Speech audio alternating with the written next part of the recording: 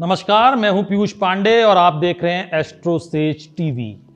2025 आ चुका है। 2025 में राजनीति के क्षेत्र में, खेल के क्षेत्र में, कारोबार के क्षेत्र में क्या कुछ होगा, सितारे, गणित, उनका सितारों का क्या कह रहा है, नक्षत्र क्या कह रहे हैं, इस बारे में आज बात करने के लिए मेरे साथ तीन बहुत खास मेहमान हैं। हनुमान जी, हनुमान मिश्रा, जो अंक ज्योतिष के हिसाब से आपको बताएंगे कि राजनीति में, खेल में, कारोबार में जो चर्चित हस्तियां हैं, जिन पर देश की नजर है, उनका भविष्य क्या है और उनके भविष्य के जरिए हम देश के भविष्य को भी परखने की, टटोलने की कोशिश करेंगे। मेरे दूसरे मेहमान हैं मृगांक शर्मा, जो वैदिक ज्योतिष के जरिए आपको उन चर्चित हस्तियों का भविष्य बताने की कोशिश करेंगे, बताएंगे। और एक अदृश्य ज्योतिषी भी मेरे साथ हैं यहाँ पर, जिनका नाम है एस्ट्रोलॉजर कृष्णमूर्ति, जो एआई ज्योतिषी हैं, आर्टिफिशियल इंटेलिजेंस बेस्ड एस्ट्रोलॉजी करते हैं। वो यहाँ नहीं है, लेकिन ना होते हुए भी यही हैं। और हम जिन हस्तियों के बारे में बात करेंगे उनमें नरेंद्र मोदी से लेकर शाहरुख खान तक सब शामिल हैं। तो हनुमान जी, पहले आपसे ही शुरुआत करते हैं। और सबसे पहली हस्ती, चूंकि मैंने जिक्र कर दिया नरेंद्र मोदी का, तो प्रधानमंत्री नरेंद्र मोदी का भविष्य अंक ज्योतिष के हिसाब से आपको क्या लग रहा है? और इस दो सवालों के साथ कि क्या प्रधानमंत्री नरेंद्र मोदी जब अगले साल 75 साल के हो जाएंगे 17 सितंबर को, तो उसके बाद वो राजनीति को अलविदा कह देंगे, क्योंकि उनका तो मूल मंत्र रहा है 75 के बाद मार्गदर्शक मंडल में डालने का। और दूसरा सवाल ये कि क्या जिस तरह से 2024 के चुनाव में बीजेपी को बहुमत नहीं हासिल हुआ है अपने दम पर, और वो सहयोगियों की बैसाखी पर चल रही है सरकार, तो क्या इस तरह की आशंका आपको दिखती है कि नरेंद्र मोदी की सरकार चली जाए या वो प्रधानमंत्री ना रहें? देखिए, हमारे पास जो आंकड़े हैं, जो उनका जन्म विवरण है, ये सभी के लिए स्पष्टीकरण है। जितने भी लोगों पर हम चर्चा करेंगे, ये जो उपलब्ध हैं सबके समक्ष इंटरनेट या अन्य माध्यमों से, उसी के आधार पर है। अतः हम नाम के अंक को, यानी नामांक को ज्यादा वरीयता देंगे, क्योंकि मूलांक या भाग्यांक में हो सकता है कुछ डिफर भी हो। तो नरेंद्र मोदी जी का जो नामांक है वो केवल नरेंद्र मोदी के अनुसार 5 आता है। और जब उन्होंने शपथ ली थी तो उन्होंने अपना नाम लिया था नरेंद्र दामोदर दास मोदी, जिसका टोटल होता है 9, और इस साल का अंक बन रहा है 9। तो जो मेन नाम, जिससे प्रचलित नाम है नरेंद्र मोदी, उसके अनुसार तो कुछ संघर्ष दिख रहा है, लेकिन जो नरेंद्र दामोदर दास मोदी के अनुसार देखा जाए तो इतना संघर्ष नहीं है। अब हम आते हैं वर्ष के अंक जो हैं। वर्ष के का जो अभी तक का अंक है, यानी अभी जो चल रहा है और सितंबर के आसपास जो प्रभाव रहेगा, वो अंक इतना संघर्ष वाला नहीं है। लेकिन इसके बाद जो अंक प्रभाव डालेंगे वो तुलनात्मक रूप से संघर्ष बढ़ा सकते हैं। तो इन्हीं चीजों को अगर मैं रिलेट करूं, लेकिन इसके पहले जो मूलांक और भाग्यांक हैं, तो उसके आधार पर अगर मैं कहूं तो थोड़ा सा संघर्ष दोनों के माध्यम से है, लेकिन कोई बड़ा संघर्ष नहीं है। सरकार जाने की बात का उत्तर मैं इन्हीं अंकों के आधार पर दे दूं। सरकार जाती हुई प्रतीत तो नहीं हो रही है, लेकिन अंक 9 का प्रभाव इस बात का संकेत दे रहा है कि हो सकता है कुछ नए साथियों की जरूरत पड़े, कुछ नए साथी ये लोग ढूंढ निकालें। लेकिन सरकार, आप ये कह रहे हैं कि संघर्ष थोड़ा बहुत होगा, जिस तरह से राजनीति में होता है, वैसे भी वो सहयोगियों के साथ चल रहे हैं, तो थोड़ा बहुत संघर्ष, खींचतान हो सकती है। लेकिन मृगांक, आप वैदिक ज्योतिष के आधार पर देख रहे हैं। उन्होंने, हनुमान जी ने ये साफ साफ कह दिया कि सरकार जाती नहीं दिख रही है। तो मेरा सवाल आपसे फिर वही है कि क्या नरेंद्र मोदी सरकार को कोई खतरा है, या नरेंद्र मोदी की कुर्सी को भी कोई खतरा है? 75 वर्ष, जैसे मैंने जिक्र किया कि वो 75 साल के हो जाएंगे अगले साल, मतलब इस साल 2025 में, तो क्या इस तरह की कोई संभावना, आशंका आपको लगती है? देखिए, जो हमारे पास नरेंद्र मोदी जी की कुंडली उपलब्ध है वो वृश्चिक लग्न की है, और लग्न में ही मंगल और चंद्र बैठकर लक्ष्मी योग बना रहे हैं। अभी एक बहुत महत्वपूर्ण ग्रह है जिसे हम कहते हैं देवगुरु बृहस्पति, वो वृषभ राशि में है, जो चंद्रमा, मंगल और लग्न को देख रहे हैं और मजबूती प्रदान कर रहे हैं। इसका एक फायदा क्या हो रहा है, और यहीं पर अभी मंगल का गोचर नीच राशि कर्क में 9वें भाव में है। भले ही वो नीच राशि में हो, लेकिन कहाँ है? 9वें भाव में। संघर्षों के बावजूद ये इस समय जो है पूरे विश्व में प्रतिष्ठित रूप में चल रहे हैं और इन्हें पुरस्कार जैसे मिल रहे हैं, राइट। तो अभी हम देख रहे हैं शनि की ढैया इनकी चल रही है, जो 29 मार्च तक समाप्त हो जाएगी। और मंगल की महादशा में शनि की अंतरदशा चलेगी 30 मई तक। तो अभी जो परिस्थितियां हैं वो जहां एक तरफ आध्यात्मिक रूप से और दूसरे रूपों में इन्हें एक बड़े व्यक्तित्व के रूप में प्रतिष्ठित कर रही है, वहीं यही ग्रह परिस्थितियां राजनीतिक संघर्ष का कारण पैदा कर रही है। जून में जाकर ये जो मंगल कर्क राशि के हैं, ये सिंह राशि में दशम भाव में गोचर करेंगे, जहां शनि और शुक्र बैठे हुए हैं, जिससे दो समस्याएं उत्पन्न हो सकती हैं। तब इनके जो लगभग उसके बाद जो समय है जब ये 75 वर्ष के पूर्ण हो जाएंगे, उस स्थिति में बृहस्पति भी इनके अष्टम भाव में गोचर करेंगे, जो चंद्र से भी और लग्न से भी अष्टम भाव में होगा। इस दौरान मीन राशि का जो राहु निकलकर कुंभ राशि में जा चुका होगा। तो 28 जुलाई से 13 सितंबर तक शनि मंगल का जो गोचर में समसप्तक योग है, वो इनके निजी स्वास्थ्य और राजनीतिक दृष्टिकोण से अच्छा नहीं है। इस दौरान हमें यह लगता है इन्हें गहरी स्वास्थ्य समस्याएं परेशान कर सकती हैं, और इसको लेकर क्योंकि बृहस्पति अष्टम में होंगे, आप जानते हैं तपस्वी व्यक्ति रहे हैं, तो अध्यात्म में इनका थोड़ा वर्चस्व और बढ़ेगा और ध्यान लगेगा। तो हम ये कह सकते हैं क्योंकि 30 मई के बाद मंगल में बुध की अंतर्दशा हो जाएगी, जिससे राजनीतिक रूप से ये प्रतिष्ठित तो होंगे, लेकिन इनके मन में एक विरक्ति की सी भावना जन्म लेगी। तो संभव है कि ये स्वतः ही ऐसी कोई घोषणा करें निजी कारणों से, विशेष रूप से व्यक्ति स्वास्थ्य के दृष्टिकोण से, कि ये किसी को उत्तराधिकारी बनाने की दिशा में आगे ये आपने एक बड़ा संकेत देने की कोशिश की, बड़ी भविष्यवाणी कहने की हिम्मत दिखाई है कि हो सकता है जब वो 75 वर्ष के पूर्ण हो जाए, मतलब वो कुछ दिन आगे पीछे हो सकते हैं, दशाएं आगे पीछे होती हैं, लेकिन कुंडली से ये संकेत मिल रहे हैं कि हो सकता है 75 वर्ष के जब मोदी जी हो जाएं तो वो कुछ इस तरह की घोषणा कर दें, चाहे वो स्वास्थ्य कारण हो या उसके पीछे कुछ राजनीतिक कारण भी हो। जैसे मैं चूंकि बतौर पत्रकार काम करता रहा हूं, तो मुझे क्या लगता है कि अगले साल जब आरएसएस के 100 साल पूरे होंगे, और वो लगभग वही समय होगा जब नरेंद्र मोदी 75 साल के होंगे, तो विजयदशमी पर आरएसएस के 100 साल होते हैं, और आरएसएस का एक बहुत बड़ी कोशिश हो सकती है वो ये मैसेज देने की कि हमारे कार्यकर्ता, हमारे स्वयंसेवक किसी सत्ता के लोभी नहीं है, किसी कुर्सी के लोभी नहीं है। और मोदी जी ने जो संकेत दिए थे सत्ता में आने के बाद कि 75 वर्ष के आयु होने के बाद नेताओं को मार्गदर्शक मंडल में भेजा या उनको कुछ अलग रोल में आना चाहिए, तो हो सकता है आरएसएस के साथ इस तरह का सामंजस्य बैठे, जो आप भविष्यवाणी करने की एक और बात मैं आपको यहाँ जोड़ना चाहूंगा कि जैसे मैंने बताया कि 30 मई के बाद मंगल में बुध की अंतर्दशा होगी। अभी आपने सुना है उन्होंने कहा कि मैं इतने युवाओं को राजनीति में लेकर आने वाला हूं, तो तब इस 30 मई के बाद आपको वो चेहरे पब्लिक रूप से दिखाई देने शुरू हो जाएंगे। चलिए, तो नरेंद्र मोदी, क्योंकि हमको उन 10 चेहरों पर बात करनी है जो 2025 में चर्चित तो अभी भी हैं, जिनके काम, जिन पर लोगों की नजर रहती है, जो जिस तरह से काम करते हैं उससे देश भी प्रभावित होता है। तो नरेंद्र मोदी के बाद मैं दूसरा नाम लाऊं सामने, उससे पहले जिसका जिक्र मैंने पहले किया था वो थे एस्ट्रोलॉजर कृष्णमूर्ति। मेरे साथियों से आग्रह है कि वो एस्ट्रोलॉजर जो कृष्णमूर्ति हैं, एआई एस्ट्रोलॉजर, उनको स्क्रीन पर दिखाएं, क्योंकि वो यहाँ पर साक्षात नहीं है। तो AI astrologer Krishnamurti AI based है, जैसे मैंने पहले बताया था। तो कृष्णमूर्ति जी, आपसे मेरा सवाल है कि नरेंद्र मोदी का भविष्य 2025 में क्या होगा? नरेंद्र मोदी जनवरी से मई तक आपको नीतियों और परियोजनाओं को लागू करने में चुनौतियां का सामना करना पड़ेगा, या उनमें देरी हो सकती है, जिसके लिए सटीक योजना और प्रयास आवश्यक होंगे।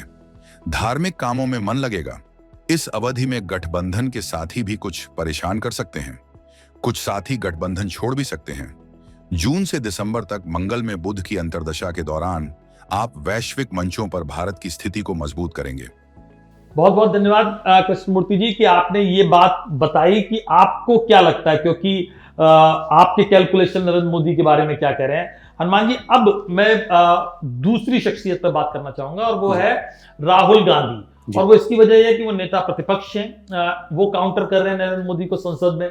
दूसरी बात यह है कि कांग्रेस के सबसे बड़े नेता हैं राहुल गांधी, और उनकी कोशिश लगातार ये है कि नरेंद्र मोदी सरकार को कैसे हटाया जाए, उसके लिए वो तमाम तरह की रणनीतियां बना रहे हैं जी। लेकिन सवाल यह है कि राहुल गांधी को उस तरह का सपोर्ट जो विपक्ष से चाहिए वो मिल पाएगा, नहीं मिल पाएगा। अब प्रियंका गांधी भी संसद में पहुंच गई हैं, वो भी राहुल गांधी के पैरेलल खड़ी हो रही हैं। कई लोग कह रहे हैं कि अब प्रियंका गांधी को अध्यक्ष बनाना चाहिए कांग्रेस का, तो प्रियंका गांधी का भविष्य हम बाद में बात करेंगे, लेकिन पहले राहुल गांधी का। जी देखिए, राहुल गांधी की जो डिटेल उपलब्ध है उसके अनुसार उनका मूलांक 9 बन रहा है, भाग्यांक 5 और नामांक 9 जी, और इस साल का टोटल 9 बन रहा है। तो मुझे ऐसा लगता है कि उनको ये साल बहुत ज्यादा सपोर्ट करने वाला है। हाँ, उनके भीतर एक अग्रेशन देखने को मिल सकता है जिसकी अभी झलक भी दिख रही है, और जब तक कि यानी कि जून तक, जब तक उनका ये वर्ष प्रभावी है तब तक ये अग्रेशन ज्यादा रह सकता है। बाद में उनके भीतर का जो गुस्सा है वो शायद संतुलित होने लग जाए, लेकिन कोई बड़ी नकारात्मकता नजर नहीं आ रही है। लिहाजा मुझे ऐसा लगता है कि ये साल राहुल गांधी को और परिपक्व बनाने का काम करेगा। फिलहाल पहला पक्ष जो जून तक है, ये परिपक्वता होते हुए भी जोश के कारण शायद उन्हें कुछ नकारात्मक परिणाम भी देखने को मिले। स्वास्थ्य इत्यादि के दृष्टिकोण से भी मैं इस एनर्जी को बहुत अच्छा नहीं कहूंगा, ओवर कॉन्फिडेंट कर सकती है एनर्जी। तो यदि कॉन्फिडेंस होना अच्छी बात है, लेकिन ओवर कॉन्फिडेंट होना अच्छी बात नहीं है। अपने सलाहकारों की सुने और सलाहकारों को ऐसा मजबूर ना करें कि वो उन्हीं को जो भाए वही कहें। तो मुझे ऐसा लगता है कि यदि कहीं से बृहस्पति यानी अनुभवी लोगों की सलाह वो मानना शुरू कर दें तो वो बेहतर कर सकते हैं। और इस तरह से ओवरऑल मुझे अगर कहना हो तो मैं एवरेज से बेहतर कह सकता हूं। जो आपकी भविष्यवाणी है उस लिहाज से राहुल गांधी के लिए बहुत कोई खास साल नहीं होने जा रहा है 2025। जिस तरह से वो संघर्ष कर रहे हैं राजनीति में खुद को प्रासंगिक या कांग्रेस को बनाए रखने के लिए, कांग्रेस को दोबारा सत्ता में लाने के लिए, वो संघर्ष जारी रहेगा, वो होता रहेगा। ग्राफ बढ़ेगा, ग्राफ थोड़ा सा बढ़ेगा, लेकिन वहां तक नहीं पहुंचेगा जहां तक पहुंचने के बाद कुछ सार्थक परिणाम मिलते हैं। मृगांक, आपका क्या इस पर दृष्टिकोण है? 2025 राहुल गांधी के लिए कैसा रहेगा? देखिए, राहुल गांधी जी की कुंडली में वर्तमान में राहु की महादशा में शनि की अंतर्दशा चल रही है। राहु पंचम भाव में तेज बुद्धि देता है और बहुत सारे गठजोड़ करने में मदद देता है, जबकि शनि सप्तम भाव में इनकी कुंडली में नीच का होकर बैठा है। वो योग कारक है लेकिन नीचगत है, इसलिए कभी कभी क्या होता है, वो कहते कुछ है, उसका अर्थ कुछ और निकाल लिया जाता है और पब्लिक में उनकी छवि किसी और रूप में बन जाती है। इसलिए समाज में कुछ जगह इनकी पकड़ अभी ढीली पड़ रही है। लेकिन इनका लग्न तुला है और इनकी नाम राशि भी तुला है। इनकी ढैया अभी खत्म होने वाली है 29 मार्च को। उसके बाद शनि आएंगे इनके छठे भाव में, जो शत्रुहंता योग बनाएंगे, यानी कि इनके विरोधी धीरे धीरे परास्त होने लगेंगे। लेकिन शनि को भी कुछ देते हैं तो कैसे देते हैं? मेहनत करा कर देते हैं। तो इन्हें जमीन से जुड़कर थोड़ा सा काम और बढ़ाकर करना होगा और ये करने का प्रयास भी करेंगे। इससे क्या होगा कि कांग्रेस पार्टी के साथ साथ कई क्षेत्रों में इनकी पकड़ मजबूत होगी। जैसे अभी आप देखने वाले हैं कि दिल्ली में चुनाव आ रहे हैं, उसमें मेरे को ऐसा लगता है कि कांग्रेस थोड़ी सी सशक्त होगी पिछले चुनावों के मुकाबले। राहु में जो शनि की दशा वो 2027 तक चलेगी, लेकिन मई के महीने में मिथुन राशि में जो बृहस्पति का गोचर है वो इनके लिए गेम चेंजर साबित होगा। इन्हें अधिक बल देगा और कुछ ऐसे निर्णय इनसे करवाएगा जो, चाहे कहते हैं ना, कई बार डायरेक्टली और इनडायरेक्टली व्यक्ति कुछ ऐसे काम कर जाता है जो बहुत लंबे समय तक इतिहास लिख सकते हैं। तो इस साल कुछ ना कुछ इनके साथ ऐसा सेकंड हाफ में जरूर होगा जो भारत की राजनीति में कुछ विशेष काम करवाएगा। जैसे कि ये कुछ पदों पर ऐसे लोगों को ला सकते हैं जिसके बारे में किसी ने भी सोचा ही ना। लेकिन आपने एक संकेत दिया कि दिल्ली चुनाव में कांग्रेस की स्थिति पहले से मजबूत होगी, क्योंकि दिल्ली विधानसभा में कांग्रेस की एक भी सीट फिलहाल नहीं है और दिल्ली में कांग्रेस लगातार ये कोशिश कर रही है कि वो बेहतर प्रदर्शन करे। तो शायद जो सितारे कह रहे हैं राहुल गांधी की कुंडली के हिसाब से दिल्ली में कांग्रेस थोड़ा सा बेहतर प्रदर्शन करेगी। तो इसका अलग एक मायना यह है कि क्या आम आदमी पार्टी को नुकसान होगा। फिलहाल हम उस पर बात नहीं कर रहे हैं, लेकिन मिस्टर कृष्णमूर्ति, आपके पास मैं फिर आ रहा हूं और अब मैं आपसे जानना चाहता हूं राहुल गांधी का भविष्य। राहुल गांधी 2025 में आपके लिए मंगल महादशा और गुरु अंतरदशा सितंबर तक और उसके बाद शनि अंतरदशा का रहेगा। गुरु की कृपा से कानूनी मामलों में सफलता संभव है, लेकिन आपको पार्टी के भीतर ही कुछ विरोध और जनता की आशंकाओं का सामना करने की परीक्षा देनी होगी। साल की आखिरी तिमाही में आपको अपने स्वास्थ्य पर विशेष ध्यान देना होगा। माताजी का स्वास्थ्य भी आपको परेशान कर सकता है। चलिए, आपने भी बता दिया कि आपको क्या लग रहा है। हनुमान जी और मृगांक, राजनीति के कई सारे चेहरे हैं जिन पर डिस्कस करना है हमको, लेकिन मुझे लगता है जो दर्शक हमें देख रहे होंगे उन्हें लग सकता है कि हम शायद राजनीतिक क्षेत्र के लोगों का ही भविष्य पर बात कर रहे हैं, लेकिन ऐसा नहीं है। तो इसलिए मैं थोड़ा सा इस बातचीत को अलग डायरेक्शन में ले जाना चाह रहा हूं और मैं चाह रहा हूं कि अब एक चेहरा फिल्म उद्योग से जुड़ा हुआ और जो सबसे चर्चित चेहरा है बॉलीवुड का, वो है शाहरुख खान। शाहरुख खान ने पिछले 1-1.5 साल में जिस तरह से बड़ी हिट फिल्में दी हैं, खासकर जवान, पठान, इस तरह के जो फिल्में दी, और वो दोबारा सक्रिय दिखे, दोबारा उन्होंने बॉक्स ऑफिस पर कब्जा जमाया, तो उसके बाद हालांकि उनकी जो तीसरी फिल्म थी इसी क्रम में डंकी, वो उतनी नहीं चली, लेकिन वो भी बड़ी हिट थी, राजकुमार हिरानी की फिल्म। अब सवाल यह है कि 2025 शाहरुख खान के लिए कैसा होगा? क्या शाहरुख खान कुछ नए प्रयोग करेंगे? क्या शाहरुख खान कोई ऐसी फिल्म का निर्माण करेंगे जो अंतर्राष्ट्रीय स्तर पर सुर्खियां पाए? तो कुल मिलाकर हनुमान जी, शाहरुख खान की जो नामांक, मूलांक, वो क्या कह रहे हैं? जी देखिए, शाहरुख खान 2 नवंबर 1965 की पैदाइश उनकी मानी जाती है। मूलांक 2, भाग्यांक 7, नामांक 6। क्रिएटिविटी उनमें कूट कूट कर भरी हुई है, इसमें कोई संदेह नहीं। और जो ये साल है, ये उनको कुछ नया करने का जोश देगा। यानी जैसा कि आपने कहा कि कुछ नए प्रयोग कर सकते हैं, इस बात की पूरी संभावना है कि इस वर्ष शाहरुख खान के द्वारा कुछ नए प्रयोग हो सकते हैं, लेकिन वो प्रयोग पूरी तरह से सफल रहें, इस बात में मुझे थोड़ा सा संदेह है। विशेषकर कुछ अगर ऐसा प्रोजेक्ट बनाए जिसमें बहुत ज्यादा मारधर हो, मारपीट वाला, जोश, आक्रोश, या समय से बहुत ज्यादा आगे की चीजें अगर वो दिखाते हैं, तो शायद उनको इतनी सफलता ना मिले। वर्तमान समय की चीजें या फिर अतीत को वर्तमान से जोड़ने या भविष्य से जोड़ने जैसा अगर कुछ क्रिएटिव काम करते हैं, तो शायद उसमें बेहतर परिणाम मिले। कुछ कंट्रोवर्सीज भी उनके साथ जुड़ी रह सकती हैं।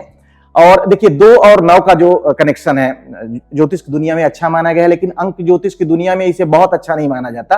2 अंक इमोशंस है और 9 भी क्रोध है, जोश है, तो इमोशंस यानी एक होते हुए भी, लेकिन कार्यशैली अलग है।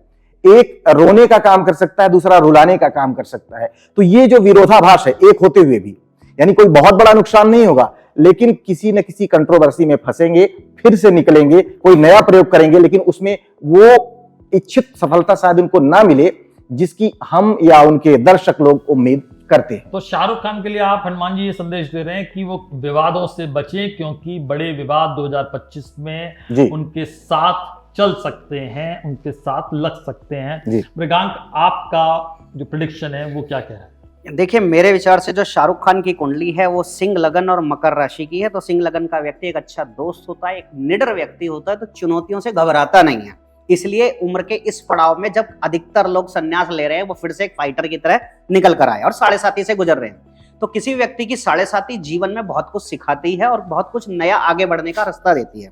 इनकी ये 7.5, इनका जो राशि मकर है वो 7.5 से ये गुजर रहे हैं, ये मार्च में खत्म हो जाएगी। उसके बाद शनि का गोचर होगा इनके लग्न से 8वें और राशि से 3रे भाव में, जो कार्य क्षेत्र में इन्हें मजबूती देगा, लेकिन इनकी सेहत को बिगाड़ेगा। इनके ऊपर शनि की महादशा में बृहस्पति की अंतरदशा का प्रभाव पूरे साल रहने वाला है। और बृहस्पति अभी इनके 10th भाव में राहु पर गोचर कर रहे हैं और उनसे 7th भाव में मंगल और बुध है। तो आप ये मान लीजिए कि फिल्म इंडस्ट्री में इनकी स्थिति अभी और इंप्रूव होगी। यह किसी फिल्म में अभी डायरेक्शन करने का विचार भी इस साल लेकर आ सकते हैं।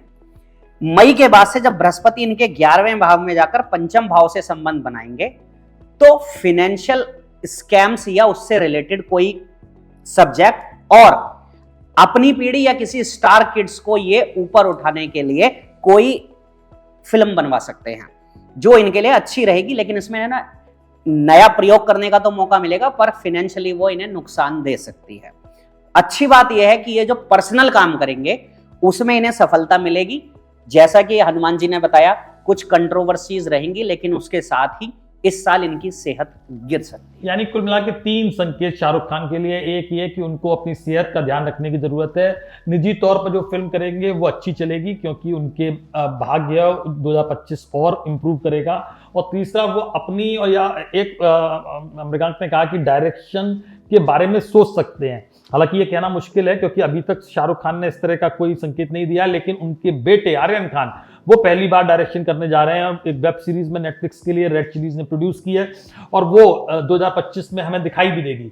तो ये जरूर संभव है कि हो सकता है शाहरुख खान कोई ऐसी फिल्म करें जिसमें वो खुद एक्ट करें और उनका बेटा उस फिल्म को डायरेक्ट करे। जाहिर सी बात है, ये एक बहुत बड़ा प्रोजेक्ट होगा और इस पर लोगों की नजरें होंगी कि जब बेटा अपने बाप को निर्देशित करे। तो अगर इस तरह की बात हो तो निश्चित तौर पर इस फिल्म का कम से कम बज़ क्रिएट तो 100% होगा ही होगा। तो खैर, अब मैं दोबारा फिर एक राजनीति की शख्सियत पर बात करूंगा, लेकिन शाहरुख खान की चूंकि हमने इतनी बात कर ली है तो मिस्टर कृष्णमूर्ति से पूछना बनता है कि साहब आपको क्या लगता है। तो कृष्णमूर्ति साहब आप बताइए कि आपको आप एआई एस्ट्रोलॉजर हैं, आप एआई के सूत्रों के साथ प्रिडिक्ट करते हैं, आपको क्या लगता है शाहरुख खान का 2025 कैसा रहेगा? आप 2025 में शनि की महादशा और बृहस्पति की अंतर्दशा के दिव्य प्रभाव में हैं। करियर के लिहाज से चुनौतियां रहेंगी, यानी फिल्में उतनी बड़ी हिट नहीं होंगी जितनी आपको अपेक्षा रहेगी। कुछ विवादों में भी उलझने की आशंका है। स्वास्थ्य, जो छठे घर द्वारा इंगित किया गया है, पर ध्यान देने की आवश्यकता हो सकती है। ध्यान रहे कि 2025 रणनीतिक कदमों का वर्ष है, आवेगी निर्णयों का नहीं। बहुत बहुत धन्यवाद कृष्णमूर्ति जी कि आपने जो सोचा समझा, आपके जो गणित शाहरुख खान के बारे में कह रहे हैं अब वो आपने बताया। हनुमान जी, अब चौथा नाम मैं लेना चाहूंगा, वो है प्रियंका गांधी का जी। प्रियंका गांधी, जैसे हमारी आपसे बात हो रही थी तो प्रियंका गांधी ने शपथ ली प्रियंका गांधी वाड्रा के नाम से, अब उनको उसी नाम से जाना जाता है जी। वो लोकसभा पहुंच गई हैं पहली बार। राजनीति में तो काफी साल से सक्रिय थी, लेकिन अब पहली बार वायनाड जो संसदीय क्षेत्र है उससे वो लोकसभा पहुंच गई हैं। और लगातार जो साल के आखिर में जो शीतकालीन सत्र था, हमने देखा कि उसमें वो बहुत आक्रामक रही, लगातार बोली, उनकी बहुत तारीफ भी हुई। उनका प्रेडिक्शन आपका क्या है उनके बारे में? जी, प्रियंका गांधी जी की जो डिटेल्स उपलब्ध हैं 12 जनवरी 1972, उसके अनुसार उनका मूलांक 3, भाग्यांक 5 और नामांक यदि प्रियंका गांधी केवल यूज करती हैं तो 4 है, जबकि प्रियंका गांधी वाड्रा के रूप में 9 होगा। यानी कि मूलांक के अनुसार चीजें अच्छी रहने वाली हैं, भाग्यांक के अनुसार एग्रेशन उनके लिए नुकसानदायी हो सकता है, क्योंकि भाग्यांक 5 है और 5 के लिए भले ही सारे अंक जो है 5 के प्रति कोई द्वेष नहीं रखते हैं, लेकिन अग्रेशन दिखाने पर 5 क्या है, बुध का अंक माना गया है, एक बच्चे की तरह है। लेकिन बच्चा यदि बहुत ज्यादा एग्रेसिव होता है तो उसको सुधारने के लिए लोग उसके शुभचिंतक भी, इवन के माता पिता भी उसे दंड देते हैं, अनुशासन का पाठ सिखाते हैं।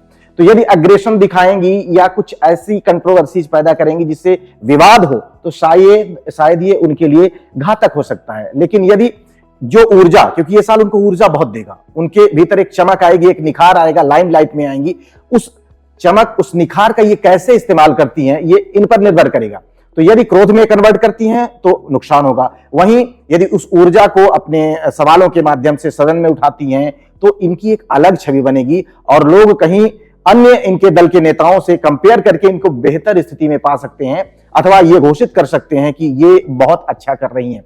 क्रोध, एग्रेशन से बचेंगी तो इनके भीतर एक अच्छी राजनीतिक चमक आप देख तो पाएंगे। प्रियंका को क्रोध से बचना चाहिए। मृगांक, आपसे मैं सीधा सवाल करूंगा, क्योंकि आप वैसे तो जो प्रेडिक्शन करेंगे वो ये कि क्या राहुल की जो इमेज है या राहुल को टेक ओवर कर लेंगी कांग्रेस में? अभी तो राहुल सर्वसामान्य रूप से बड़े नेता हैं कांग्रेस में, लेकिन प्रियंका गांधी की पहली बार सक्रिय रूप से एंट्री हो गई है।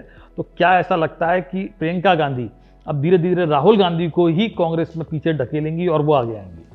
देखिए, जो इनकी अभी वर्तमान स्थिति चल रही है, सूर्य की महादशा में चंद्रमा की अंतर्दशा आई है।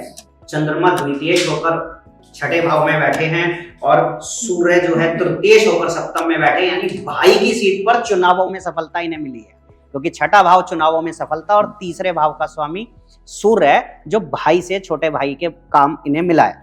दूसरे भाव, वो बड़ा भाई है राहुल गांधी, सॉरी, मतलब भाई बहनों का घर है जो हमारा तीसरा भाव, इसके कारण चुनावों में सफलता मिली है। तो 6 मई तक तो सूर्य में मंगल की अंतर्दशा चलेगी और इनके दूसरे भाव में अभी मंगल चल रहे हैं, जिससे मुखर होकर, एग्रेसिव होकर बात कर रही हैं। और मंगल की अंतर्दशा का प्रभाव यह भी है कि इनके दशम भाव में भी मंगल बैठे हैं, जो राज्य देते हैं, जो मुखर होकर बनाते हैं। लेकिन जैसा कि हनुमान जी ने भी कहा, ये ज्यादा गुस्से में आकर और आक्रामकता में होकर कई बातें ऐसी उठाएंगी जिसके लिए बाद में प्रॉब्लम भी क्रिएट होगी।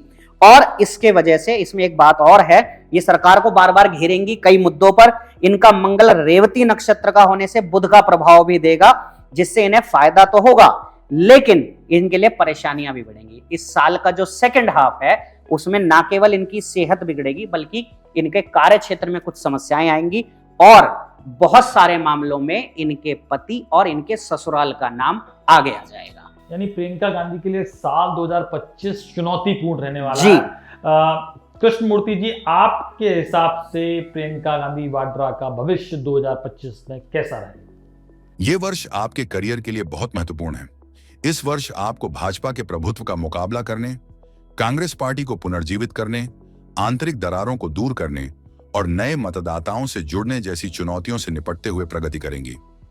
आपकी लोकप्रियता में इजाफा होगा और क्षेत्रीय गठबंधनों को बनाने में आपकी भूमिका बढ़ेगी।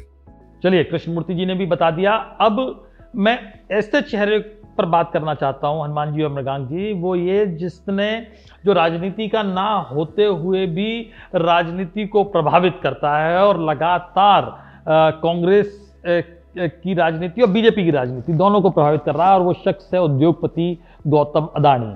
गौतम अडानी पिछले साल 2024 में लगातार आरोपों के घेरे में रहे। हिंडनबर्ग रिपोर्ट में उनका नाम आया, उसके बाद दूसरे मामले में भी उनका नाम लिया गया।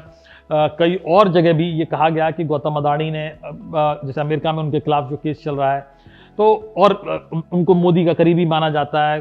राहुल गांधी लगातार अपनी राजनीति के केंद्र में रखते हैं गौतम अडानी को कि गौतम अडानी ही देश चला रहे हैं। तो सवाल ये है हनुमान जी कि गौतम अडानी क्या जिस तरह से उनका 2024 बीता है वैसा ही बीतेगा?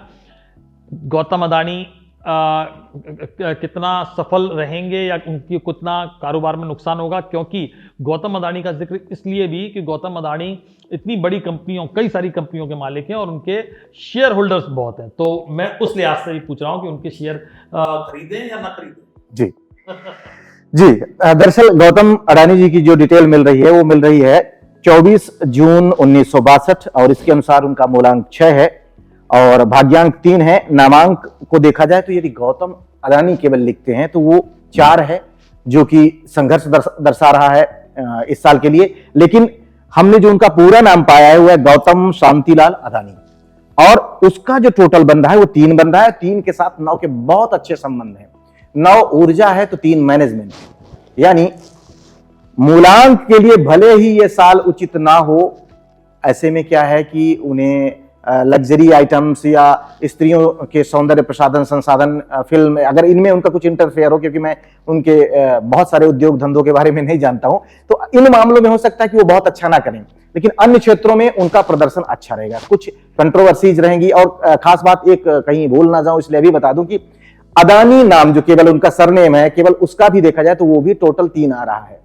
तो जो विपक्षी या किसी भी दल के लोग उन्हें अक्सर अडानी अडानी करके घेरते हैं, असल में उनको और मजबूत कर देते हैं। अगर उनका नाम गौतम अडानी लेकर के घेरा जाए तो शायद 4 का अंक आएगा और उन्हें वाकई वो कुछ मामलों में घेर सकते हैं, पकड़ सकते हैं, लेकिन केवल अडानी कहने से उन्हें और ताकत मिलती है। तो राहुल गांधी, आप गौतम अडानी लीजिए नाम, अगर आप चाहते हैं कि गौतम अडानी के जरिए आप बीजेपी को घेरना चाहते हैं। मृगांक जी, आपका प्रेडिक्शन क्या है गौतम अडानी के बारे में? देखिए, गौतम अडानी की जो सूर्य राशि है, जो सूर्य है वो मिथुन राशि में है, जिससे नवम भाव में अभी शनि का गोचर चल रहा है, वो दशम में जाने वाले हैं। बृहस्पति सबसे बढ़िया ग्रह जिसे हम कहते हैं, कई बार वही लाइफ में बहुत कुछ बदलाव लाते हैं। बृहस्पति का गोचर इनके फेवर में नहीं है, जिसकी वजह से विदेशों से और फाइनेंशियल मैटर में घसीटा जा रहा है। कुछ लोग कह सकते हैं कि घसीटा जा रहा है, कुछ लोग कहेंगे कि ये फंस गए। मुझे ऐसा लगता है कि मई तक का समय इनका बहुत कठिन जाने वाला है। विशेष रूप से 12-14 मार्च से लेकर 26 मई तक का समय इनका बहुत कठिन होगा।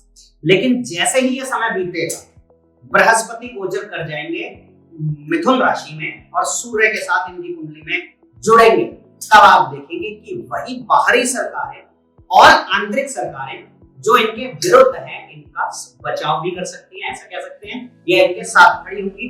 तब आपको पता चलेगा कि इनके विरुद्ध कोई षड्यंत्र हुआ था और ये बाहर निकला है।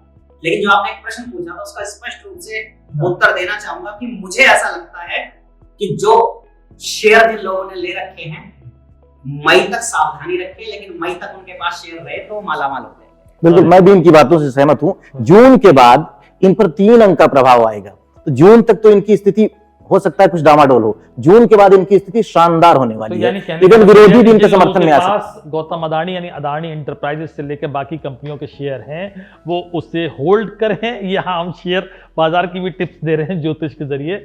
कृष्णमूर्ति जी से भी पूछ लेते हैं कि भाई गौतम अडानी 2025 में क्या विवादों में फंसे रहेंगे? उनका 2025 नया साल जो है वो कैसा रहने वाला है?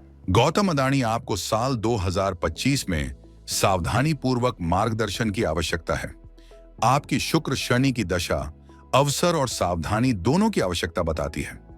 आपके चार्ट से पता चलता है कि आपकी बड़ी परियोजनाओं की लागत में बढ़ोतरी होगी। नियामक और कानूनी लड़ाइयां तेज हो सकती हैं, जिससे संभावित दंड और नकारात्मक मीडिया छवि निर्मित हो सकती है। आप दीर्घकालिक स्थिरता और प्रतिष्ठा निर्माण पर ध्यान दें। तो देखा आपने, जो एआई एस्ट्रोलॉजर है हमारे कृष्णमूर्ति जी, वो क्या गौतम अदानी के बारे में कह रहे हैं। अब फिर मैं राजनीति के बहुत सारे लोग हैं जिन पर बात करनी है, लेकिन अब एक चेहरा, क्योंकि हमने अभी तक किसी महिला चेहरे के बारे में बात नहीं की, नहीं प्रियंका गांधी के बारे में की है, लेकिन आलिया भट्ट जो फिल्मी दुनिया से ताल्लुक रखती हैं, उनकी पिछली फिल्म थी जिगरा, फ्लॉप हो गई। सवाल यह है कि 2025 आलिया भट्ट के लिए कैसा रहेगा। हनुमान जी, आपको क्या लग रहा है? जी, आलिया भट्ट की जो डिटेल्स हैं वो है 15 मार्च 1993, मूलांक 6, भाग्यांक 4, नामांक 4, और आयु के अंक जो भी हैं वो जो है अभी 4 ही रहेगा। कब तक? 15 मार्च तक। 15 मार्च के बाद अंक 5 आ जाएगा, जो उनकी उम्र का है, वर्ष अंक जो निकल रहा है। देखा जाए तो ये थोड़ा सा संघर्ष भरा रह सकता है। उनकी फिल्मों में कोई बड़ा नुकसान तो नहीं होगा, क्योंकि साल के कुछ अंक सपोर्ट कर रहे हैं, लेकिन संघर्ष दर्शा रहे हैं। तो हो सकता है इच्छित सफलता ना मिले या किसी कंट्रोवर्सीज में फंसे, और यदि वो अभी अपना नाम भट्ट लगा रही हैं तो ऐसा डेफिनेटली होने की पूरी उम्मीद है। लेकिन अगर कहीं नाम में बीच में परिवर्तन करती हैं, कुछ ऊर्जाएं बदलती हैं, तो हो सकता है कि ऐसा ना हो। लेकिन मार्च के बाद वाली जो स्थिति है वो तुलनात्मक रूप से बेहतर रहने वाली है। मार्च तक का समय उनके लिए कमजोर है। अभी मार्च तक तो उनकी कोई फिल्म मेरे ख्याल से आ भी नहीं रही है। फिल्म के लिहाज से हम बात करें, एक बड़ी फिल्म जो उनकी आनी है वो शायद उसका नाम अल्फा है, वो 2025 में रिलीज होगी। लेकिन अगर आप ये कह रहे हैं कि 2025 में मार्च के बाद रिलीज होती है, तो शायद तुलनात्मक रूप से बिल्कुल बेहतर प्रदर्शन करेगी। हाँ, क्योंकि देखिए उसके बाद जो वर्ष का अंक बनेगा वो 9 पर आएगा उनकी, और 9 का अंक 2025 का ही बन रहा है। तो हो सकता है कि इन 2 9 की एनर्जी जो है उनको काफी अच्छे परिणाम दे। फिल्म में यदि एक्शन, मारधड़ या कुछ ऐसी चीजें हैं जिसमें दुस्साहस जैसी चीजें हैं, तो और भी बेनिफिट या और भी अच्छे परिणाम उनको मिल सकते हैं। तो इसको ऐसे कह सकते हैं, जिगरा को 2025 में रिलीज होना चाहिए था, शायद चल जाती। शायद। मृगांक, आप बताइए कि आपको क्या लग रहा है? देखिए, आलिया भट्ट की जो कुंडली है वो मकर लगन और वृश्चिक राशि की है, और 11वें घर में चंद्र राहु का ग्रहण दोष है। अभी सूर्य की महादशा में जनवरी तक राहु की अंतरदशा चल रही है। तो हम ये ज्योतिष में कहते हैं कि सूर्य में राहु का चलना एक ग्रहण लगाने वाला होता है, इसलिए इनकी फिल्में नहीं चली, समय थोड़ा सा खराब चल रहा है, कुछ फिल्में बनते बनते अभी रुक गई हैं। और सूर्य अष्टमेश होकर तीसरे भाव में है, तो ये भी कष्ट देता है। लेकिन तीसरे भाव में जो राहु है वो कुछ हद तक इन्हें सफलता दे रहा है। अभी क्या है, जनवरी में ये राहु की अंतरदशा समाप्त हो जाएगी और तब इनकी कुंडली में बृहस्पति आएगी। तो जब सूर्य में बृहस्पति की दशा आती है तो मान सम्मान देती है, जीवन में आगे बढ़ाती है। बृहस्पति नवम यानी भाग्य स्थान में बैठे हैं, जो इन्हें अच्छे निर्णय लेने में मदद करेंगे। ये जैसा हनुमान जी ने कहा कि जो ये साल आगे बढ़ता जाएगा, जैसे जैसे धीरे आगे प्रोग्रेस करेगा, इस साल का जो हम देखेंगे कि जो एंड होगा वो आलिया भट्ट को बहुत हद तक संतुष्टि प्रदान कर सकता है। हालांकि इन्हें वेट गेन बहुत होगा इस साल, अब उस पर इन्हें वर्कआउट करना पड़ेगा, लेकिन फिल्म इंडस्ट्री जुड़े हैं, इनके लिए कोई बड़ी बात नहीं है। फिर भी इन्हें ध्यान देना चाहिए, क्योंकि ये प्रॉब्लम भी कर सकता है। कृष्णमूर्ति जी, आपका क्या कहना है आलिया भट्ट के बारे में? 2025 कैसा रहेगा? ये वर्ष आपको पारिवारिक मामलों में उलझाएगा। अप्रत्याशित बाधाओं से आपको जूझना पड़ सकता है और खर्चों में बढ़ोतरी होगी। शुक्र की अंतर्दशा संभवतः कुछ पहचान या पुरस्कार दिला सकती है। हालांकि संभावित स्वास्थ्य मुद्दों और सहकर्मियों के साथ संघर्षों के प्रति सचेत रहें। अक्टूबर के अंत से चंद्रमा की महादशा शुरू होती है, जो नई साझेदारी के संकेत देती है। चलिए, तो एआई एस्ट्रोलॉजर कृष्णमूर्ति जी ने भी बता दिया कि आलिया भट्ट के लिए 2025 कैसा रहेगा। तो 3 बड़े ज्योतिषी बता रहे हैं। मैं दर्शकों से कहूँगा या कि ये संकेत, अगर इसका कॉमन जेस्चर निकाला जाए कि भाई ये मोटा मोटा संकेत मिल रहे हैं। अब जिस व्यक्ति के बारे में बात करना चाहता हूँ मैं, वो हैं राजनीति के चाणक्य कहे जाने वाले, खासकर बीजेपी की राजनीति के चाणक्य कहे जाने वाले अमित शाह। अमित शाह अभी गृह मंत्री हैं। कई सारे लोग उनको भावी प्रधानमंत्री के रूप में भी देखते हैं। कई सारे लोग कहते हैं कि प्रधानमंत्री नरेंद्र मोदी के जाते ही उनकी राजनीति भी चौपट हो सकती है। तो अगर जिस तरह से हमने नरेंद्र मोदी के बारे में बात करी और मृगांक ने पहले कहा कि हो सकता है 75 वर्ष की आयु के होने के बाद नरेंद्र मोदी राजनीति से, सक्रिय राजनीति से संन्यास ले लें, मतलब इसके भी संकेत हैं। तो 2025 अमित शाह के लिए कैसा है? हनुमान जी, आपसे मेरा सवाल यही है। जी देखिए, अमित शाह जी की जो डिटेल है वो है 22 अक्टूबर 1964। यदि ये सही है तो उनका मूलांक 4, भाग्यांक 7 और नामांक जो बन रहा है वो 1 बन रहा है। लेकिन अमित शाह जी ने जो शपथ ली है उसमें अपना नाम उन्होंने लिखा है या कहा है अमित अनिल चंद्र शाह, तो उसका जो टोटल बन रहा है 6 बन रहा है। और इस साल का जो अंक 9 है वो अंक 4 के लिए औसत परिणाम दे रहा है। मतलब ऐसा नहीं कि वो कोई बड़ी सारी या नई उपलब्धि दे देगा, या ऐसा भी नहीं कि कोई बहुत उनको परेशान करेगा। वो मेहनती व्यक्ति हैं और मेहनती व्यक्ति को अंक 4 अच्छे रिजल्ट देता है। हाँ, अप्रत्याशित फायदे भी मिल सकते हैं जिनकी आपने उम्मीद नहीं की होगी, लेकिन क्योंकि हम सबने प्रधानमंत्री पद की उम्मीद की है तो पता नहीं ये होगा या नहीं, थोड़ा सा मुझे डाउट है। लेकिन संघर्ष के बाद अच्छी सफलताएं मिलती हुई प्रतीत हो रही हैं। कुछ कंट्रोवर्सीज में रहेंगे, बीच बीच में थकने की भी स्थितियां आ सकती हैं। कभी कभी ऐसा लगता है कि किसी बात को लेकर लोग उन्हें डिफेम भी कर सकते हैं। लेकिन कुल मिलाकर इस साल को अगर मैं ओवरऑल कहूं तो कोई बहुत बड़ा अचीवमेंट देने वाला अंक ऐसा कह रहे हैं नजर नहीं आ रहा है। अक्टूबर के आसपास से जब इनकी वर्ष कुंडली बदलेगी तो मुझे ऐसा लगता है कि अप्रत्याशित परिणाम जिनकी हम उम्मीद कर रहे हैं, और शायद वही वो समय होगा जब नरेंद्र मोदी जी 75 वर्ष के पूरे होंगे। तो क्योंकि अक्टूबर के बाद इनका जब जैसे जन्म का वर्ष बदलेगा, इसके बाद अप्रत्याशित रूप से कुछ बड़ी उपलब्धियां मिल सकती हैं। इसके पहले वाला जो समय है वो उतार चढ़ाव भरा रह सकता है। यानी अक्टूबर तक सामान्य रहेगा। लेकिन जो आपने बड़ी बात कही कि जो हम एक अटकल लगा रहे हैं तारे सितारों के माध्यम से कि अगर नरेंद्र मोदी पद छोड़ते हैं तो हो सकता है अपने उत्तराधिकारी के रूप में अमित शाह का नाम वो घोषित कर दें या पार्टी उनको उस पद पर पहुंचा दें जिस पर सभी राजनेता पहुंचने का सपना देखते हैं। मृगांक, आपको क्या लग रहा है? मुझे ये राह थोड़ी सी कठिन लगती है। जो मेरे पास आंकड़े हैं उनके मुताबिक इनकी कन्या लग्न और मेष राशि की कुंडली है और अभी मार्च से इनकी 7.5 शुरू होने वाली है। बृहस्पति की महादशा चल रही है जो चतुर्थेश और सप्तमेश होकर भाग्य स्थान में बैठे हैं और लगन पर दृष्टि डालकर इन्हें एक विशेष व्यक्तित्व का स्वामी बनाते हैं कि एक अच्छा मजबूत निर्णय लेने वाला, जो आपने भी कहा कि इन्हें राजनीति में चाणक्य कहा जाता है। बृहस्पति में शनि की दशा जुलाई 2026 तक चलेगी। शनि 6ठे भाव में कुंभ राशि के होकर मजबूती से बैठे हैं, जिससे विरोधियों को चित्त करने की इनकी नीति लगभग हर जगह सफल होती है और शत्रुहंता योग बनता है। तो ये विरोधियों को जीतने तो नहीं देगी, लेकिन शनि वक्री अवस्था में है, जिससे कुछ आरोप प्रत्यारोप भी इन पर लगते रहते हैं और इनको स्वास्थ्य समस्याएं अब परेशान करना शुरू कर देंगी, क्योंकि 7.5 का प्रभाव भी आएगा। मुझे ऐसा लगता है कि राजनीतिक तौर पर इन्हें आगे बढ़ने से रोक पाना तो संभव नहीं होगा, लेकिन इस वर्ष ये कुछ बड़े निर्णय लेंगे। मई के महीने में जब बृहस्पति दशम में जन्मांक के राहु के ऊपर गोचर करेंगे तो कूटनीति के क्षेत्र में कुछ ऐसे कदम ले सकते हैं जिसके लिए इन्हें, जैसा हनुमान जी ने कहा, कि कुछ अपयश का सामना करना पड़े या कुछ अपने ही लोग इनके विरोधी हो जाएं। लेकिन मेरे विचार से जो सबसे बड़ी बात जो मेरे मस्तिष्क में आती है वो ये कि 2025 और 2026 शायद, ईश्वर ना करे, इनकी सेहत के लिए कठिन वर्ष रहेगा। तो ये अमित शाह जी के लिए एक भविष्यवाणी है या जिसको कहें कि संकेत है, ज्योतिषी संकेत, कि वो अपने सेहत का ख्याल रखें। कृष्णमूर्ति जी, क्या आपको भी लगता है कि अमित शाह की सेहत 2025 में थोड़ी बिगड़ सकती है, उन्हें उसका ध्यान रखना चाहिए? और आपके हिसाब से 2025 अमित शाह के लिए कैसा रहेगा? 2025 में अमित शाह की गुरु शनि दशा और बदलते अंतरदशाओं के साथ एक प्रभावशाली नेतृत्व का वर्ष नजर आता है।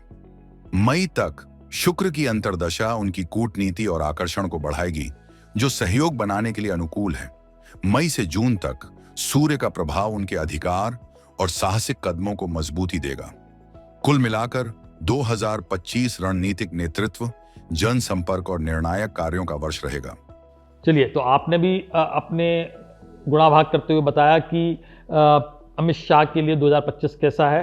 अब जिस चेहरे की बात करना चाहते हैं वो राजनीति का एक और बड़ा चेहरा है जिसका नाम है अखिलेश यादव। 2027 में चुनाव है उत्तर प्रदेश में, लेकिन अखिलेश यादव ने तैयारियां अभी से करना शुरू कर दी हैं और उनकी पूरी कोशिश है कि वो योगी आदित्यनाथ को पद से हटा सकें। हालांकि मुझे योगी आदित्यनाथ के बारे में भी बात करनी है, लेकिन पहले अखिलेश यादव की ही बात करते हैं कि क्या उनका 2025 इस तरह रहेगा कि वो इस तरह की ज़मीन तैयार कर पाएँ जिस पर सवार होकर वो 2026 और 2027 जो चुनाव होंगे उसमें वो वैतरणी पार कर सकें।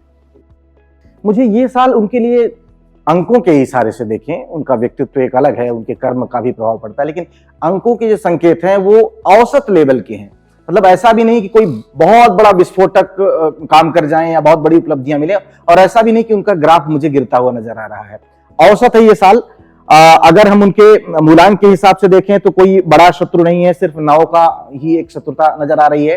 तो जो अग्रेशन में आकर या कुछ ऐसी बातें बोल जाएं जो लोगों को चुभें, किसी वर्ग समुदाय को लेकर कोई ऐसी अनर्गल टिप्पणी से बचें, क्योंकि उनको अक्सर जो है इस वर्ष अपने बयानों से ही घेरा जा सकेगा, उनके कामों से नहीं। तो बेहतर होगा कि बयानबाजी से पहले अच्छी तरह से तोल मोल लें। भाग्यांक के अनुसार अगर देखें तो वहां से भी औसत परिणाम मिल रहे हैं। अगर हम नामांक की बात करें तो नामांक भी औसत परिणाम देता हुआ प्रतीत हो रहा है। महीने ये जो उनके जन्म का जो पहला हिस्सा है जो अभी अक्टूबर तक का है, वहां से 3 और बाद में 7 का वो अंक प्रभाव डाल रहा है। तो पहला भाग ज्यादा अच्छा है। मतलब अभी जो कुछ उनको रणनीति बनानी है, जहां जहां अपने मोहरे बिठाने हैं, यदि वो अक्टूबर से पहले बिठा लें तो उनके लिए ज्यादा आसान रहेगा। यदि देरी करते हैं तो शायद उनके विरोधी उनसे बेहतर कर जाएं। तो इसलिए जो है इस साल को मैं अखिलेश यादव के लिए औसत कह रहा हूं। हाँ, तो अंक ज्योतिष के हिसाब से अखिलेश यादव के लिए सामान्य समय है, कोई खास परिवर्तन होता हुआ नहीं दिख रहा। मृगांक, अगर जन्मपत्री वैदिक ज्योतिष के हिसाब से अखिलेश यादव की कुंडली क्या कह रही है? देखिए, जो कुंडली के डाटा हमारे पास है उसके अनुसार तुला लग्न और मेष राशि में इनका जन्म हुआ है। वर्तमान में बृहस्पति की महादशा में चंद्रमा की अंतर्दशा है जो अक्टूबर 2025 तक चलेगी, और उसके बाद मंगल की अंतर्दशा अक्टूबर 2025 से शुरू हो जाएगी। मार्च से, जैसे मैंने पहले बताया, अमित शाह जी का इनकी भी 7.5 शुरू होने वाली है। लेकिन मई से बृहस्पति नवम भाव में आ जाएंगे जो इनकी बहुत महत्वपूर्ण निर्णय लेने में मदद करेंगे। इन्हें थोड़ा सा यह समझ में आएगा कि कुछ जगहों पर इन्हें धर्म आधारित टिप्पणियों से बचना होगा, जिसका इन्हें लाभ मिलेगा राजनीति में। अपने कुछ मित्रों का सहयोग लेने के लिए अब ये लालायित दिखेंगे, क्योंकि इन्हें लगेगा कि जैसे इंडी गठबंधन है या कुछ और लोग हैं, उन लोगों को साथ लेकर गठजोड़ करना इन्हें राजनीति में महत्वपूर्ण भूमिका निभाने में मदद करेगा। अक्टूबर के बाद इनके लिए जो समय है, जब मंगल की अंतर्दशा होगी, तो इन्हें कुछ समस्या दे सकती है और इनके विरोधियों को अपर हैंड दे सकती है। तो अखिलेश यादव का आपके लिहाज से भी, मतलब आप भी जो बता रहे हैं वो मतलब कोई बहुत परिवर्तन, बहुत क्रांतिकारी साल नहीं होता दिख रहा है। हाँ, एक बेसिक आपने संकेत दिए। कृष्णमूर्ति जी, आपका क्या मानना है अखिलेश यादव के लिए 2025 कैसा रहेगा? अखिलेश यादव आपके लिए 2025 मिश्रित परिणामों वाला वर्ष है। आप पार्टी की आंतरिक गतिशीलता को अच्छी तरह से मैनेज करने में सक्षम होंगे। हालांकि आपको अपना संदेश ठीक से संप्रेषित करने में मेहनत करने की आवश्यकता महसूस होगी। हालांकि आपको अपने स्वास्थ्य पर नजर रखनी चाहिए। गठबंधन के कुछ साथियों से अनबन भी संभव है। चलिए, तो अखिलेश यादव की हमने बात कर ली। अब जो अखिलेश यादव के समानांतर या अखिलेश यादव जिन्हें चुनौती देना चाहते हैं वो शख्स हैं योगी आदित्यनाथ। योगी आदित्यनाथ 2 बार से मुख्यमंत्री हैं। 2027 में फिर चुनाव है। योगी आदित्यनाथ बहुत एग्रेसिव हैं। वो बीजेपी के स्टार प्रचारक भी हैं, मुख्यमंत्री तो हैं ही। तो योगी आदित्यनाथ और कई सारे लोग उनको भी भावी प्रधानमंत्री के रूप में देखते हैं। एक बड़ा वर्ग बीजेपी का, एक बड़ा वर्ग जो पार्टी का है, वो ये सोचता है कि योगी आदित्यनाथ को प्रधानमंत्री के पद पर पहुंचना चाहिए। तो हनुमान जी, आपका क्या कहना है? जी देखिए, योगी जी का नाम इस बार उनको बहुत सपोर्ट करेगा। मूलांक और भाग्यांक तो औसत लेवल के परिणाम दे रहे हैं, बल्कि इस बात का भी संकेत कर रहे हैं कि अग्रेशन शायद उनके लिए उतना फायदेमंद ना हो, क्योंकि अभी तो यही लगता है कि वो एक धारदार नेता हैं और जो कहना है साफ साफ कहते हैं। पर हो सकता है कि उनका यही एग्रेशन या क्रोध राजनीति में कहीं आड़े ना आए। मतलब लोग ये कह सकते हैं कि ये जिस बड़े पद की तैयारी कर रहे हैं या जो उनके समर्थक देखते हैं कि ये देश के बड़े पदों पर तक जा सकते हैं, शायद उनके इस स्वभाव को देखते हुए प्रैक्टिकली भी ऐसा लगता है, अंक भी ऐसा करें, क्योंकि 2 के साथ जो 9 का संबंध है, 2 को आप पानी मान लीजिए और 9 को क्या मान लीजिए, जल। तो जैसे ही पानी को गर्म करते खौलने लगता है तो लोग उस खौलते हुए पानी से डरते हैं। तो शायद ये स्वभाव कहीं उनके लिए अवरोध का काम ना करे, रुकावट ना डाले। लेकिन यदि इसी पर वो संतुलन बिठा लेते हैं, क्योंकि नामांक आ रहा है उनका 3 और 3 संतुलन, ज्ञान, अनुभव, तजुर्बा। तो यदि वो अपना तजुर्बा दिखाते हैं कि हम बहुत तजुर्बे वाले व्यक्ति हैं, हम हर चीज को मैनेज कर सकते हैं, साम दाम दंड भेद किसी भी तरह से हम मैनेज ही कर लेंगे, तो लोग उन पर यकीन करना शुरू कर देंगे। तो यानी उनके नामांक के लिए साल बहुत शानदार है। मूलांक, भाग्यांक या जो वर्ष के अंक हैं वो औसत लेवल के परिणाम दे रहे हैं। तो मुझे ऐसा लगता है कि नाम ही काफी है वाली कहावत को चरितार्थ करते हुए हमें आगे योगी बढ़ना चाहिए। आदित्यनाथ नाम ही काफी जी। है। मृगांक, आपका क्या कहना है? देखिए, अभी जैसे इनकी कुंडली में केतु की महादशा चल रही थी, जो अभी नवंबर में समाप्त हुई है। तो केतु आप जानते हैं कि धर्म और इन सब चीजों में बढ़ चढ़कर हिस्सा लेने में मदद करता है। धर्म ध्वजा इन्होंने हर जगह फहराई। अब इनकी शुक्र की महादशा प्रारंभ हुई है और शुक्र की महादशा में शुक्र की अंतर्दशा इस पूरे साल बनी रहने वाली है। शुक्र दशमेश और तृतीयेश होकर एकादश भाव में विराजमान है, तो समय इनका बलवान है, यानी ये साल इनको प्रशस्त करेगा। मंगल के साथ यह शुक्र उपस्थित है, जिससे महिलाओं को लेकर ये कुछ विशेष घोषणाएं करेंगे। फिल्म इंडस्ट्री को और तेजी से काम में बढ़ावा मिलेगा। जो आप कह रहे थे फिल्म इंडस्ट्री यहां पर आने वाली है, आप देखेंगे फिल्म सिटी का काम या इन सब चीजों में और बढ़ोतरी मिलेगी। उत्तर प्रदेश का पर्यटन बढ़ेगा। उत्तर प्रदेश में मीडिया को और कुछ नई चीजें प्राप्त होंगी। यहां तक कि उत्तर प्रदेश को जो स्वच्छ और सुंदर बनाने का काम है, आप देखेंगे अब चालू हो जाएगा और ज्यादा तेजी के साथ। एक और खास बात यह है कि इनका जो ये दशा है, ये दशा इनकी जो सफलताओं को और बढ़ाने वाली है, यानी जो विरोधी थे वो अब कम होने वाले हैं, क्योंकि इनके साथ देने वालों की संख्या अब बढ़ जाएगी। और एक खास बात और है कि बृहस्पति का जो प्रभाव है वो जनता से इनको सपोर्ट दिलवाएगा। ओके, तो इसमें शुक्र की दशा, शुक्र की महादशा चल रही है योगी आदित्यनाथ की, जो शुरू हुई है आप कह रहे हैं, और शुक्र की महादशा मेरे हिसाब से शायद 20 साल चलती है, मतलब जो मेरी जानकारी है, अगर ठीक है तो। और शुक्र में शुक्र इनका 2-3 साल मतलब चलेगा, तो इसका मतलब है कि जब विधानसभा चुनाव होंगे तब शुक्र में शुक्र की दशा होगी। और जो आप कह रहे हैं तो उससे हम ये संकेत निकाल सकते हैं कि योगी आदित्यनाथ कम से कम यूपी में वापसी कर सकते हैं, अगर दशाओं की बात करें तो।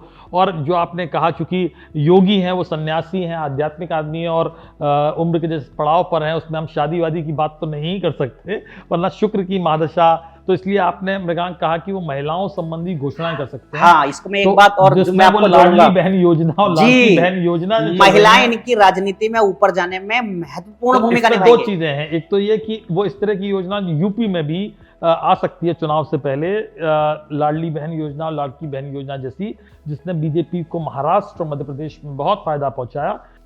तो आप देख रहे हैं स्क्रीन पर योगी आदित्यनाथ को, जो 2025 में तो शुरुआत में बिजी रहेंगे कुंभ के मेले में जनवरी और फरवरी में, जो कि हालांकि उनका जो आध्यात्मिक रूप से सक्रिय वर्ष था वो नवंबर तक, दशाएं थी वो नवंबर तक थी।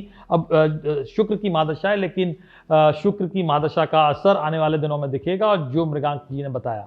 और अब कृष्णमूर्ति जी से जान लेते हैं कि योगी आदित्यनाथ के लिए 2025 कैसा रहेगा। योगी आदित्यनाथ आपके लिए 2025 का साल शुक्र महादशा और अंतर्दशा में खुलता है।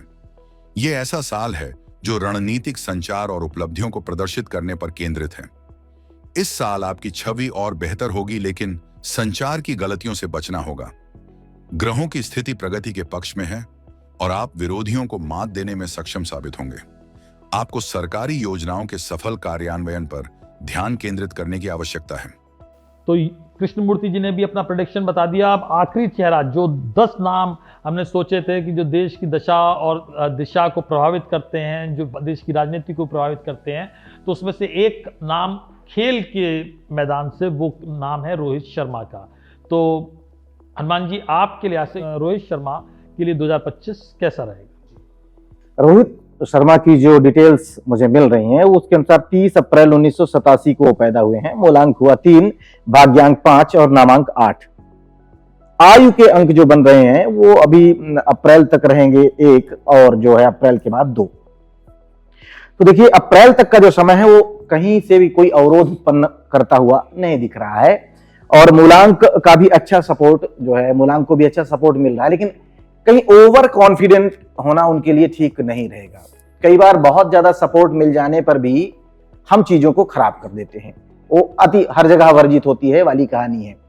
तो यदि ओवर कॉन्फिडेंट नहीं होंगे, घमंडी नहीं होंगे, क्योंकि 9 और 1 का जो कॉम्बिनेशन है ऐसा करता है, तो ये अच्छा करते रहेंगे। हो सकता है कि अप्रैल के बाद इनका प्रदर्शन थोड़ा सा कमजोर हो, लेकिन अप्रैल के पहले कोई बड़ा विरोध, कोई अवरोध इनके जीवन में नजर नहीं आ रहा है, बशर्ते ये स्वयं भी आत्ममंथन करते रहें।